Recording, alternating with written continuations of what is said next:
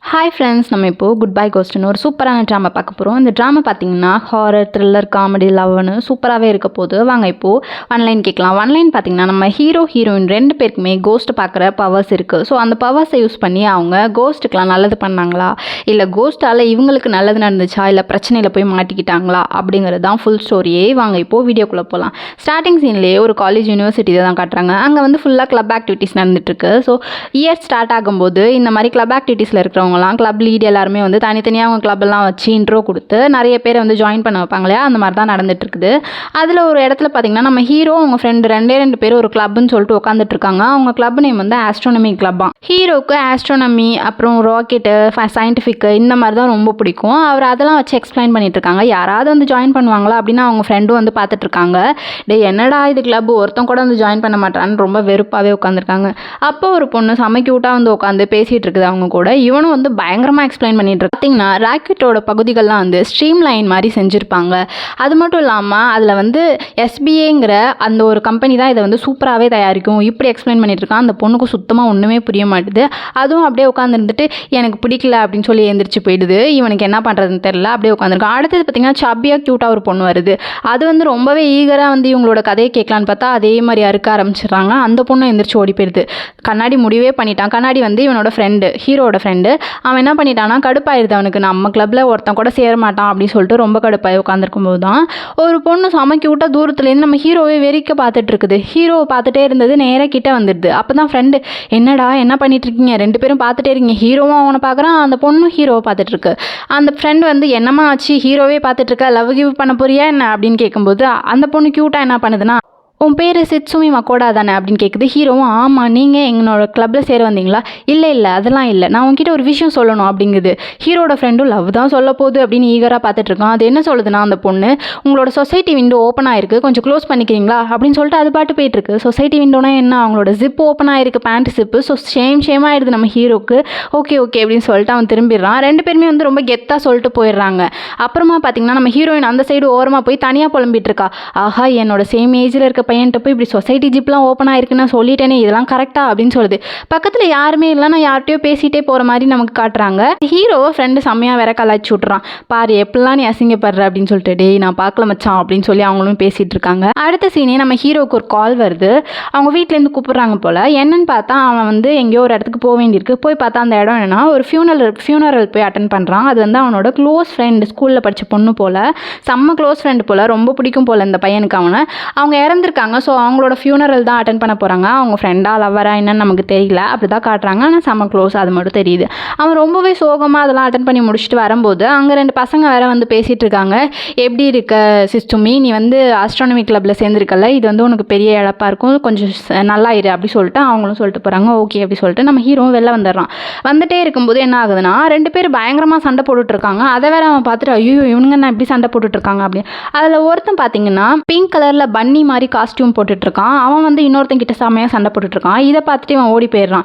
இவன் பார்க்குறத நம்ம பன்னி மேனும் நல்லா பார்த்துடுறான். பன்னி மேன் என்ன பண்ணுறான்னா நேராக வந்து ஹீரோ கிட்டே, ஹே இங்கே பாரு தம்பி, நான் உன் கண்ணுக்கு தெரியிறேனா அப்படின்னு கேட்கும்போது, ஆமாம் நல்லாவே தெரியுறீங்க அப்படின்னு நம்ம ஹீரோ பாவமாக சொல்கிறாங்க. அவருக்கு செம்ம ஹாப்பி ஆகிடுது. அப்புறம் அந்த பன்னி மேன் மாஸ்கெல்லாம் கழட்டிட்டு செம்மையாக பேசிகிட்டு இருக்காரு. ஓ உன் கண்ணுக்கு நான் தெரியிறேனா அப்படின்னு சொல்லிட்டு. அங்கேருந்து பார்த்தீங்கன்னா ஒரு பொண்ணு குட்டியாக இருக்கா. அவள் கடன்னு ஓடி வந்துடுறான். பார்த்தா அதையும் நம்ம ஹீரோ பார்க்குறாங்க. அவன் என்ன பண்ணுறான்னா எல்லாத்துக்குள்ளேயும் பூந்து வந்துட்டு இருக்கா. ஐயோ இது என்னடா இது அப்படின்னு சொல்லிட்டு ஹீரோ பயந்து போய் பார்க்கும்போது நம்ம அந்த பொண்ணுக்கிட்ட அந்த பன்னி மேன் சொல்லிட்டு இருக்கான், இங்கே பாரு நான் ஒரு ஆள் கண்டுபிடிச்சிட்டேன் நமக்கு வேலை பார்க்கறதுக்கு, அவன் கிடைக்க மாட்டான், முன்னாடி பார்த்தோம்ல அவன் நமக்கு ஒத்துழைக்க மாட்டான், இவனை தான் புதுசாக பிடிச்சிருக்கேன் பாரு இவனை அப்படின்னு சொல்லி இவனை காமிச்சிட்டு இருக்காங்க நம்ம ஹீரோவை. ஓ இவனுக்கும் நம்ம கண்ணுக்கு தெரியுமா அப்படின்னு சொல்லி அந்த குட்டி பொண்ணும் கேட்டுட்டு இருக்கா. ஆமாம் அப்படின்னு சொல்கிறாங்க. உடனே அவன் என்ன எக்ஸ்பிளைன் பண்ணிட்டு இருக்கானா, நீ தான் இனிமேல் எங்களுக்காக வேலை பார்க்க போகிற, எங்க கூட சேர்ந்து வேலை பார்க்க போகிற அப்படின்னு சொல்கிறாங்க. என்ன வேலை அப்படின்னு அவன் கேட்டுட்டு இருக்கும்போது, ஆமாம் எங்களுக்காக நீங்களும் எங்களோட கிரிம் ரீப்பருக்குலாம் நீங்கள் ஹெல்ப் பண்ண போகிறீங்க அப்படிங்கிறான். கிரிம் ரீப்பரா அப்படின்னு நம்ம ஹீரோ கேட்குறாங்க. ஆமாம் உனக்கு கிரிம் ரீப்பர் பற்றிலாம் தெரியாதா, எனக்கு தெரியாதுப்பா ஆளை விடுங்க அப்படின்னு சொல்லிட்டு நம்ம ஹீரோ கடன்னு போயிடறான். இது எல்லாமே நம்ம ஹாலுசினேஷன், நம்ம வந்து டிப்ரெஷனில் இருக்குல்ல அதனால தான், போய் ஃப்ரெஷ் ஆகணும் அப்படின்னு சொல்லிட்டு நேராக வீட்டுக்கு போயிடுறான். வீட்டுக்கு போயிட்டு என்ன பண்ணுறான்னா அவன் ரூமில் போயிட்டு உட்காந்துக்கிறான். ஹீரோட ஃபேமிலி பார்த்திங்கன்னா அம்மா அப்பா தங்கச்சி ஹீரோ அப்படின்ட்டு 4 பேர் செம்ம க்யூட்டாக இருக்கும். எல்லாருமே ரொம்பவே கேரிங்காகவும் செம்ம ஃபன்னாகவும் இருப்பாங்க. நம்ம ஹீரோ என்ன பண்ணுறான்னா அவனுக்கு தான் வந்து ஆஸ்ட்ரானமி ரொம்ப பிடிக்கும்ல, ஸோ ஸ்டார்ஸ்லாம் பார்க்குறது ரொம்பவே பிடிக்கும். அவனோட ரூமில் பைனாகுலர் பெருசாக ஒன்று வச்சுருப்பான். அதை யூஸ் பண்ணி சரி பார்க்கலாம் மூணை அப்படி சொல்லிட்டு பார்த்துட்டு இருக்கும்போது மேலே ஏதோ ஒன்று பறந்து வந்துட்டு இருக்கு. என்னடா இது யூஎஃப்ஓலாம் இப்போலாம் கிடையாதே, என்ன இது யூஎஃப்ஓ மாதிரியே ஏதோ பறந்துட்டு இருக்கு அப்படின்னு சொல்லி அவன் ரொம்ப க்ளோஸாக பார்க்கும்போது தான் தெரியுது.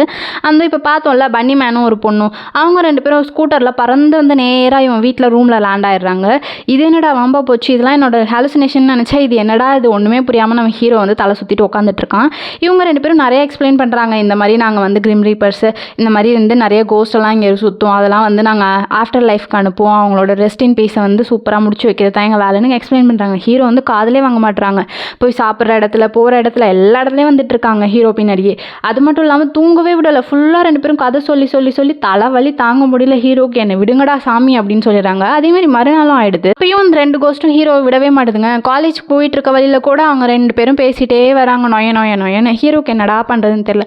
அந்த பக்கத்துலேருந்து ஒரு பொண்ணு வேகமாக ஓடி வந்து அந்த பன்னி மேன் இருக்கான் பார்த்தீங்களா, அவங்கள்ட்ட ஹாய் அப்படின்னு சொல்லிட்டு செமையாக பேசிட்டு இருக்கு. குட்டி பொண்ணா ஒரு கோஸ்ட் இருக்கா பார்த்தீங்களா, அவள் பேர் வந்து யோசுகோ. அப்புறம் இன்னொருத்தர் இருக்கான் பார்த்தீங்களா அந்த பன்னிமேன், அவன் பேர் வந்து நபசிமா. இவங்க 2 பேரும் நமக்கு வாயில் வரமாட்டுது. ஸோ யோசுகோன்னு வச்சுப்போம், இந்த பன்னிமேனே வச்சுப்போம். ஹீரோயின் பேர் வந்து ஆகுமா சாஞ்சி. வந்து 2 பேர்ட்டும் ஏதோ பழநாள் பழகுன மாதிரி அந்த பேய்கிட்ட பேசிட்டு இருக்காங்க. நம்ம ஹீரோக்கு என்னடா இது, இதுவும் பேயா இருக்குமோ அப்படின்னு சொல்லி பார்த்துட்டு இருக்கான். அப்புறம் அந்த பொண்ணு சொல்லுது, எனக்கும் இவங்க கண்ணுக்கு தெரிவாங்க அப்படின்னு சொல்லவும் ஹீரோ, உனக்கும் தெரிவாங்களா, ஐயோ அப்படின்னு சொல்லிட்டு நான் போறேன்டா சாமி அப்படின்னு சொல்லிட்டு கிளம்புறாங்க. இப்போவும் ஹீரோ விடாமல் அந்த 2 பேரும் என்ன பண்ணுறாங்கன்னா, 2 கோஸ்ட்டும் என்ன பண்ணுறாங்கன்னா போயிட்டு ஹீரோ கிட்ட எக்ஸ்பிளைன் பண்ணுறாங்க. இங்கே பாருங்கள், எங்கள் வேலையே இதுதான். ஸோ உங்களை மாதிரி ஆளுங்க தான் எங்களுக்கு ஹெல்ப் பண்ண முடியும். இப்போ இறந்து போய் நிம்மதி இல்லாமல் சுற்றிட்டு இருப்பாங்க பார்த்தீங்களா, 2 கோஸ்ட் கிரிம் ரீப்பர்னு சொன்னாங்க பார்த்தீங்களா, 2 பேருமே ரொம்ப ரெக்வஸ்ட் பண்ணுறாங்க நம்ம சிட்சுமி கிட்ட.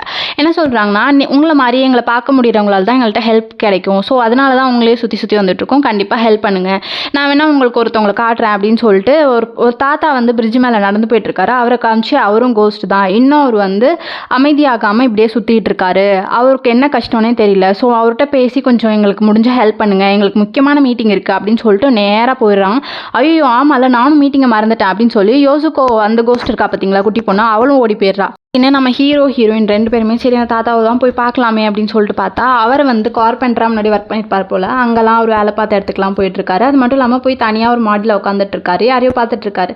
ஹீரோயின் 2 பேருமே போய் பேசும்போது, ஓ நீங்களும் இந்த மாதிரி பேயா, வாங்க உங்களுக்கு என்ன வேணும் அப்படின்னு அவர் ரொம்பவே சோகமாக பேசிகிட்டு இருக்காரு. இல்லை நாங்கள் மனுஷங்க தான், நீங்கள் ஏன் இப்படி ரெஸ்ட் இன் பீஸ் ஆகாமல் இப்படியே அலையிறீங்க, நீங்கள் அமைதி ஆனால் தான் அடுத்த ஆஃப்டர் லைஃப்க்கு போக முடியும் அப்படின்னு வந்து நம்ம ஹீரோயின் வந்து பொலைட்டாக கேட்குறாங்க. அதுக்கு அவங்க ரொம்பவே கோவமாக வந்து, இல்லை எனக்கு என் பொண்ணு தான் முக்கியம் அப்படின்னு சொல்லி பொண்ணை காட்டுறாங்க. அவங்க பொண்ணு பேர், அந்த தாத்தாவோட பொண்ணு பேர் வந்து ரியோகோ.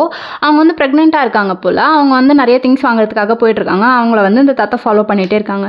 என் பொண்ணு நல்லபடியாக இருக்காமல் நான் எப்படி போக முடியும், அவளை பார்த்துக்கிறது என் கடமை இல்லையா அப்படின்னு சொல்கிறாங்க. சரி அதெல்லாம் ஓகே தாத்தா, ஆனால் நீங்கள் இப்போ இறந்துட்டீங்க, ஸோ நீங்கள் ஆஃப்டர் லைஃப்க்கு போய் தானே ஆகணும் அப்படின்னு சொல்கிறாங்க. நம்ம ஹீரோயின் எனக்கு என்ன பண்ணுறதுன்னு தெரியல அப்படின்னு சொல்லிட்டு அவரோட கஷ்டம்லாம் கொஞ்சம் கொஞ்சமாக சொல்கிறாரு. அவரும் நம்ம ஹீரோக்கு ஒன்றுமே புரியல, இது என்னடா பேய் கூட வார்த்தை நடந்துட்டு இருக்குது அப்படின்னு சொல்லி ஹீரோயினை வேற பார்த்துட்டு இருக்காங்க. அந்த தாத்தா வேற பயந்துட்டே பார்த்துட்டு இருக்காங்க. நம்ம ஹீரோ தான் தாத்தா ஒரு கதை சொல்றாரு.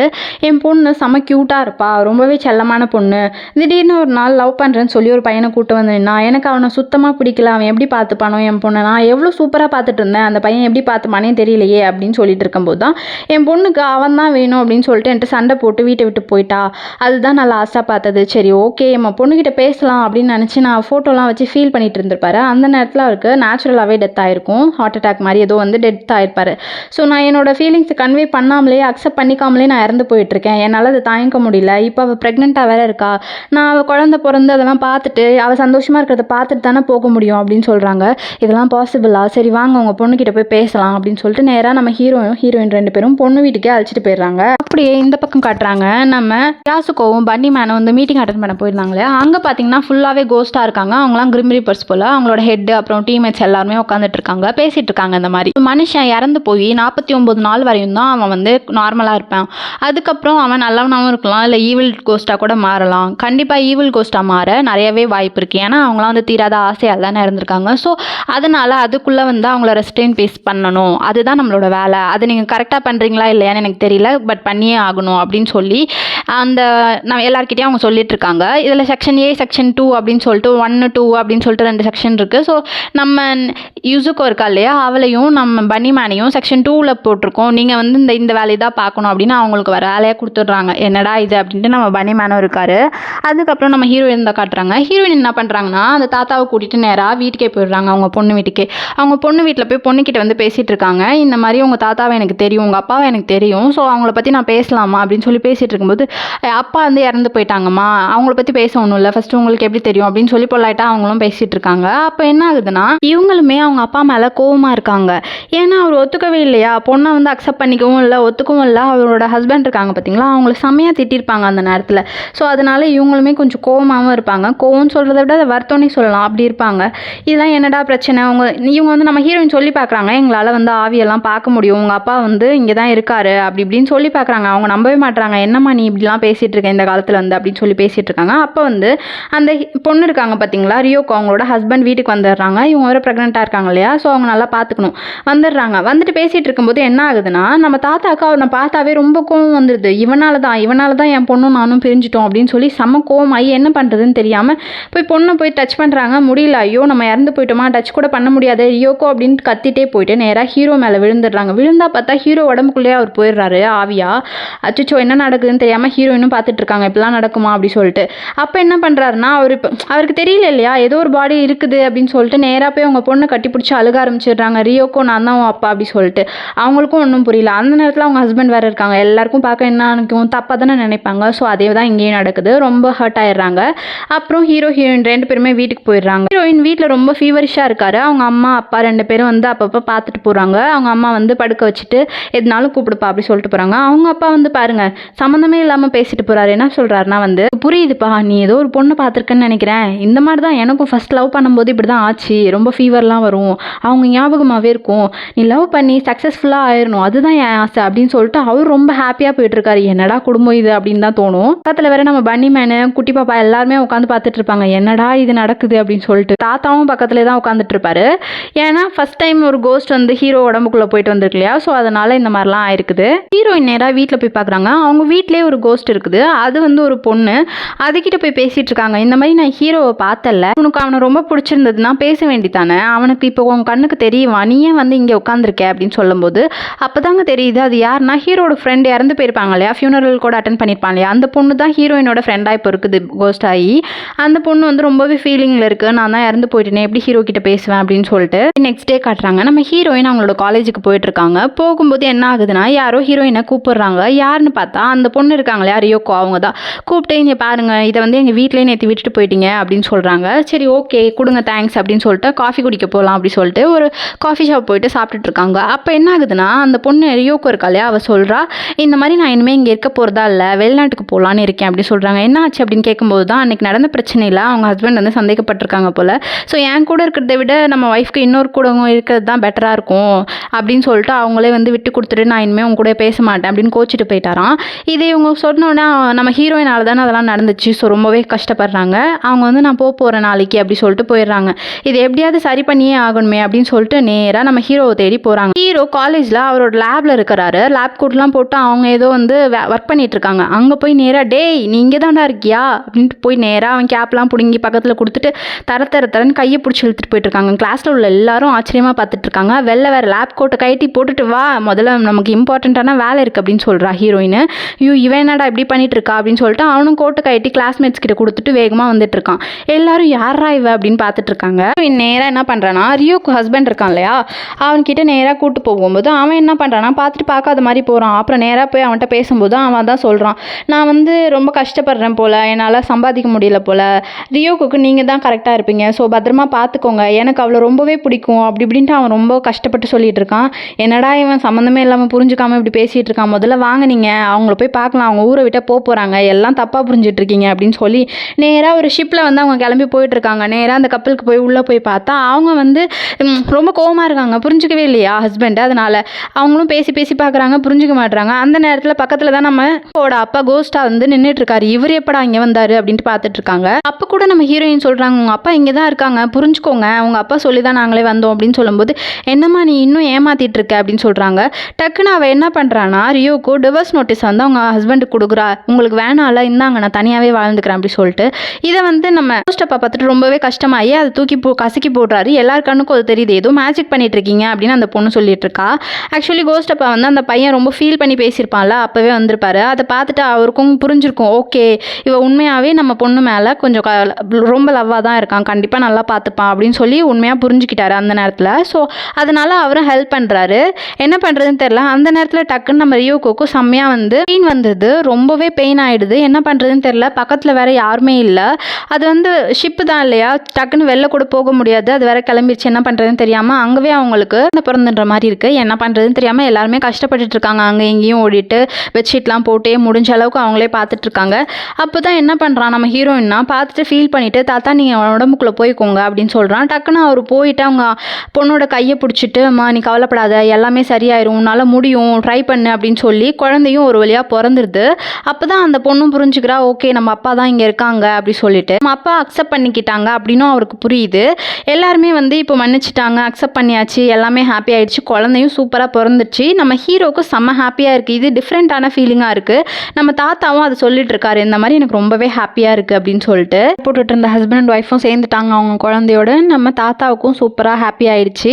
அதுக்கப்புறம் என்ன, அவர் வழக்கம் போல் அவங்க வேலையை பார்க்கறதுக்காக நம்ம பன்னி மேனும் அந்த குட்டி பொண்ணு இருக்காள் பார்த்தீங்களா, அவளும் வந்துடுறாங்க. வந்து என்ன பண்ணுறாங்கன்னா, தாத்தா வந்து ஆஃப்டர் லைஃப்க்கு கூட்டிகிட்டு போகிறதுக்காக அந்த ஸ்கூட்டர் கூட எடுத்துகிட்டு வந்திருக்காங்க. இவரும் ரொம்பவே ஹாப்பியாக ஏறி அதில் போயிடுறாரு. ஹீரோ ஹீரோயின் 2 பேருமே சந்தோஷமாக அதை பார்த்துட்டு இருக்காங்க. 2 பேரும் ஒருத்தர் பார்த்துட்டு கொஞ்ச நேரம் கழிச்சு அடுத்து நீ என்ன பண்ண போறன்னு கேட்டுட்டு இருக்காங்க. இதோட இந்த எபிசோட் முடியுது. அடுத்து என்ன ஆகுதுன்னு இனிமே தான் எல்லாமே இன்ட்ரெஸ்டிங்காக இருக்கும். அடுத்தடுத்த வீடியோக்கு வெயிட் பண்ணுங்க. Tata, bye bye.